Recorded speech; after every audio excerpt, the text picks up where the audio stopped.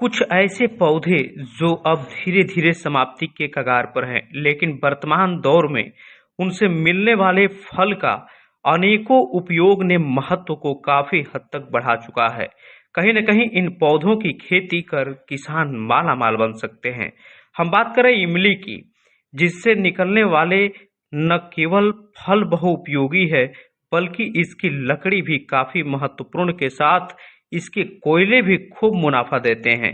तो यह कहने में संकोच नहीं होगा कि इमली की खेती किसानों के लिए काफी लाभदायक सिद्ध हो सकती है।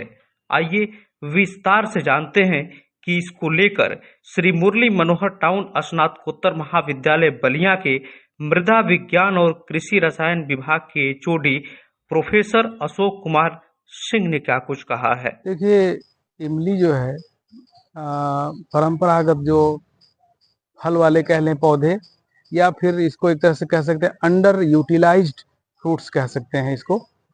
इस तरह के जो पौधे हैं इनकी खेती तो बहुत कम होती है, क्योंकि पहले इमली के पौधे वन विभाग की तरफ से लगाए जाते थे या किन्हीं कारणों से आसपास में उग जाते थे। इमली का जो पौधा है, जैसे अन्य पौधरोपण करते हैं वैसे इमली का भी पौधरोपण किया जाता है, और ये समय चल रहा है, इस समय पौधरोपण करना चाहिए। एक पौधे से दूसरे पौधे की दूरी कम से कम 10 मीटर रहे, क्योंकि पौधा काफ़ी बड़ा होता है और लंबे समय तक चलता है। तो इमली का पौधा 10 मीटर की दूरी पर, और पौधे के लिए 2 बाई 2 का गड्ढा बना लें, मतलब 2 फीट गहरा, 2 फीट चौड़ा, 2 फीट डायमीटर का गड्ढा बना लें, और उसमें एक टोकरी गोबर की सड़ी हुई खाद मिला दें, और मिलाने के बाद जो भी बाजार में प्रजाति का पौधा उपलब्ध है उसको लाएं और लगा दें। बीच बीच में देख रेख करते रहें, पौधा तैयार हो जाएगा।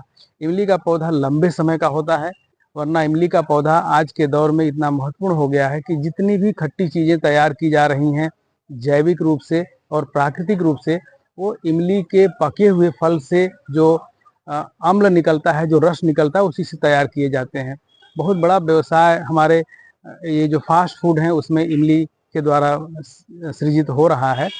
और अगर ठीक से तैयार कर रहे हैं तो इमली का अगर बढ़िया तैयार 25 साल का पौधा है और उसमें फलत आ गई तो एक पेड़ से लगभग 1.5 से 2 कुंटल इमली, पकी हुई इमली मिल जाती है। कच्ची इमली को भी चटनी के रूप में इस्तेमाल करते हैं, लेकिन पकी हुई इमली का ज़्यादा उपयोग किया जाता है।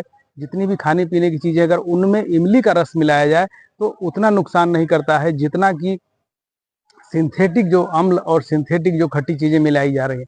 तो इसलिए आज के दौर में इमली का जो पौधरोपण है वो बहुत आवश्यक है। जिनके पास ज़मीन है, जगह है, स्थान है, और शासन स्तर पर भी नहरों के किनारे, सड़कों के किनारे, या और भी जो रोड साइड एवेन्यूज हैं वहाँ पे, सार्वजनिक जो जगह है वहाँ पे कुछ जंगली पौधों के स्थान पे इमली के पौधों को लगाया जा सकता है। बड़ा पौधा होता है, बड़ी पत्तियां होती, ज़्यादा पत्तियां होती हैं, और बहुत सारे जो पक्षी हैं उनके लिए बसेरे का भी एक साधन बनता है। तो इसलिए आज के दौर में इमली का जो पौधरोपण है वो बहुत ज़्यादा उपयोगी है। लोकल 18 के लिए बलिया से सनंदन उपाध्याय की रिपोर्ट।